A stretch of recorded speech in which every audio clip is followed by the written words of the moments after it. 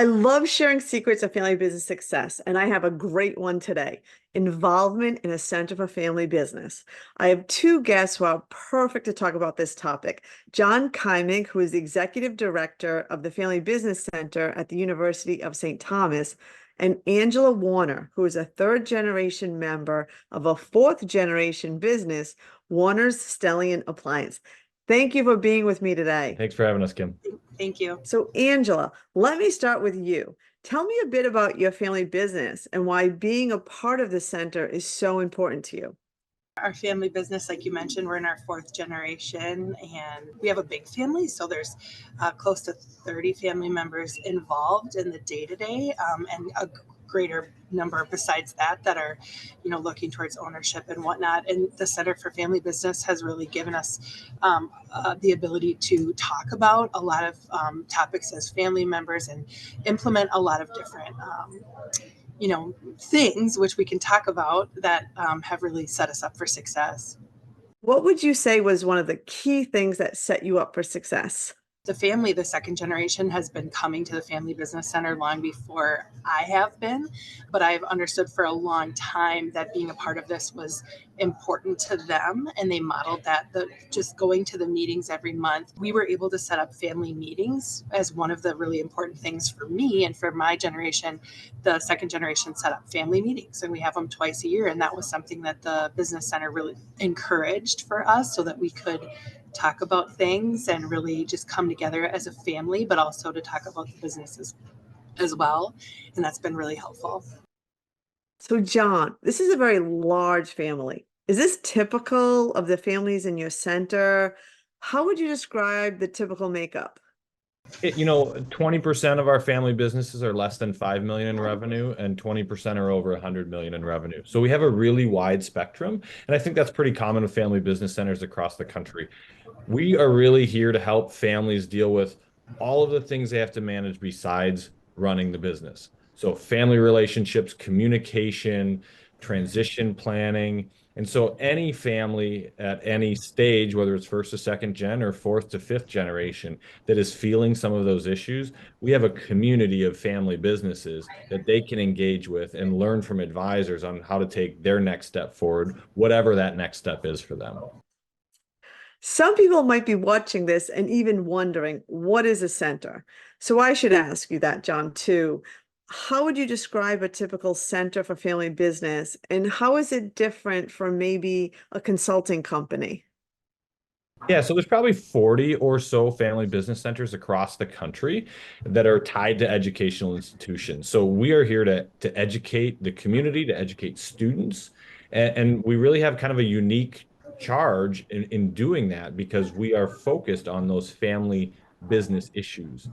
Where we're different than a consulting company is that we really don't do consulting. We're here to help families have important communication and conversations to create their foundation of who they are, who they want to be, how they want to get there, what their vision is, their shared values, so that then they can go work with an advisor and really implement that. So we're here at an early stage, but also a long stage to keep those conversations going. Like Angela's talking about having family meetings. We're a place where families can keep having conversation, and then we hope that they're working with skilled advisors to bring that along as well. We could hire a consultant firm, even it might be a few voices, but the benefit for us in going to the family business center is there's specifically like the monthly meetings, there are so many families there. We all have different issues and different experiences, but there are so many times that you're talking to somebody and they're like, oh, I've also experienced that. Let's talk about that. Or I could help you. I know an advisor that specializes in this. So just that networking that happens as a part of being involved in the Family Business Center is priceless. That's well said. What's been your personal involvement, particularly in the center's programming? I have tried to come to as much as I can, to be honest, because I find that every single time I go, either, like I said, the networking, I meet someone new, I, learn something new, little nuggets. There's been so many amazing speakers at the breakfast. I have taken like finance classes with my family. The thing that I've loved the most is the peer groups that they have. I joined one probably 5 years or 6 years ago now. I've been in it for a long time, and that has really been invaluable to me personally. I've really tried to, like I said, get involved in everything they offer as much as possible. I have to ask, what is a peer group?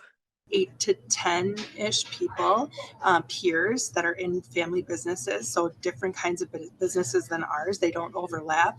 In my generation, it's next gen kids. Basically, they're adults, right? But they're third, fourth, fifth generation. Some of them in their family business. My uncle is in one that's executives, right? So that's all people like him. I have a brother who's in one, a sister that's in one, a couple cousins. So if we want to be involved, we can. And really, the structure as you go, and maybe there's an issue that you want to bring, and you say, here's something I'm dealing with at my family business, and people can kind of ask clarifying questions and give advice if they have any.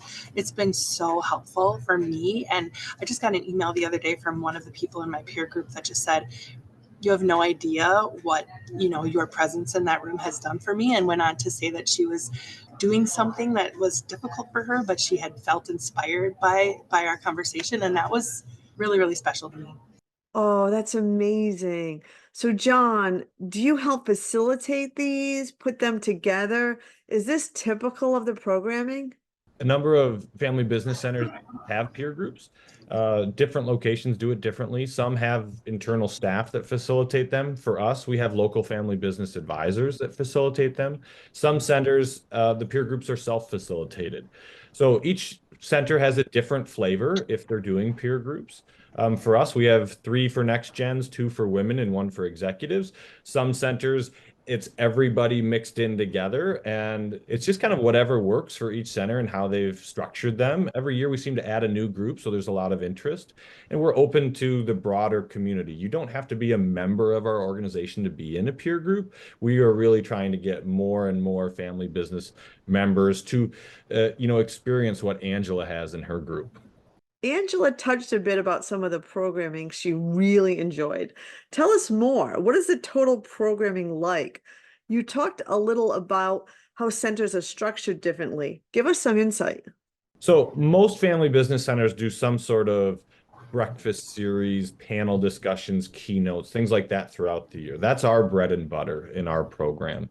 The piece that gives us the best relational glue are those peer groups. I always often refer to them as an individual's board. So these are the people that somebody can reach out to Angela and say, thank you for the inspiration you've provided. I got another question for you. And then we do some full day courses. So Angela's family took part in a financial basics course with a lot of other family businesses. We teach a course on family business governance where we're trying to get the whole family to come together and learn together and how they communicate together and how they can structure things. And then we separately do a series for family business advisors as well, which is a pretty unique thing among family business centers. And just the way that we're structured, that works for us. Other centers are more focused on the student experience for the undergrad and the graduate students. And so we have undergraduate courses as well. But my role in the Family Business Center is really that community facing and how can we be there of support for any family business that is looking to figure out how they could add a generation. Angela, what has your family accomplished that you attribute directly to the center? Now we have an outside board. That was something that I think came through a lot of discussion, listening and learning from the Family Business Center. Like I said, we hold twice annual family meetings. We have now a Warner Family Council where one member from each of the 9 families that are in the family business, one member sits on that, and you meet quarterly, and it's a couple year term, and then it rotates. So giving every family a voice, we talk about family issues that relate to the business. So different things there. The succession planning that we've done has been a direct discussion and learning through the Family Business Center over a long period of time. Like they said a long time ago, it's going to take you a while, and it did.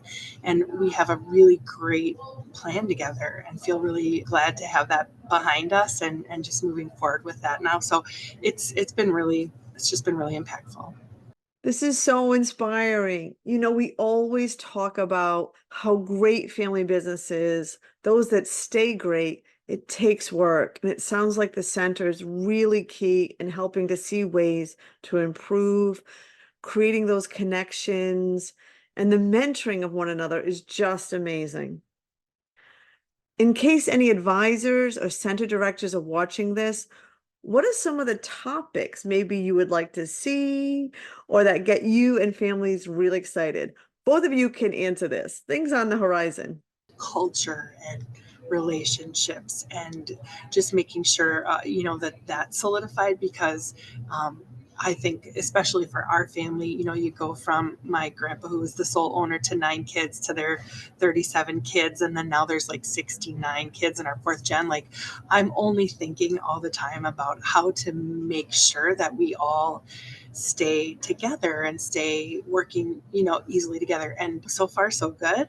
And I think that the center has really helped us have these conversations that help make that happen. So I'm always looking for those kind of topics. And Kim, when we put our topics together, we actually have our families vote on topics too. So we can bring that back and say, all right, this is what you're really interested in. And we've got a great board of family business members, including Angela's aunt, that help us kind of create those programs. But I said it earlier, we're here to help with all the things that families get to manage besides running the business. And a big one is culture. And how do we relate? How do we talk about things? Being a family is hard enough, and then layering business on top of it makes things really complicated when we're trying to communicate about important issues. And we all have different lenses of childhood and things that we bring to the table. So when family business centers can help each other understand each other better, that's a huge win in my book. My goal is that at the end of every event, that families leave with 2 or 3 conversations that they can have. A lot of families don't know the next thing that they need to talk about, because it's new to them. So for instance, for a first to second generation family business, they haven't transitioned yet. So that's really hard. And for second to third, the first time it might not have gone so well. So how do we kind of tell them about the roadblocks that might be coming and do it in a positive, constructive way where people come, are engaged, learn, and have the tools to go back and say, what do we want to implement? I'm sure watching this, a lot of people are thinking, how do I find a center? And what if one's not within driving distance or something? So Jon, what's your advice? We are the only one in Minnesota. There are some in neighboring states to us, and some states have a couple. But there's a website that hopefully we can put in the story, that is a link to all of the family business centers across North America. So all of our family business center directors, we get together every year and share best practices. And we're always willing to say, hey, I know this person in this other state. Do we have a center over there? So we're always willing to help point people in the right direction too. A lot of centers are doing stuff virtually now as well. So depending on where you are, you can engage. I know you do things virtually too and have conferences, and I'm sure you've added a lot of insight on what a center is and just how helpful they are. They're really educational institutions built to help family businesses survive and thrive. Thank you so much for being with me, Jon and Angela. I'm Kim Edelston with FamilyBusiness.org.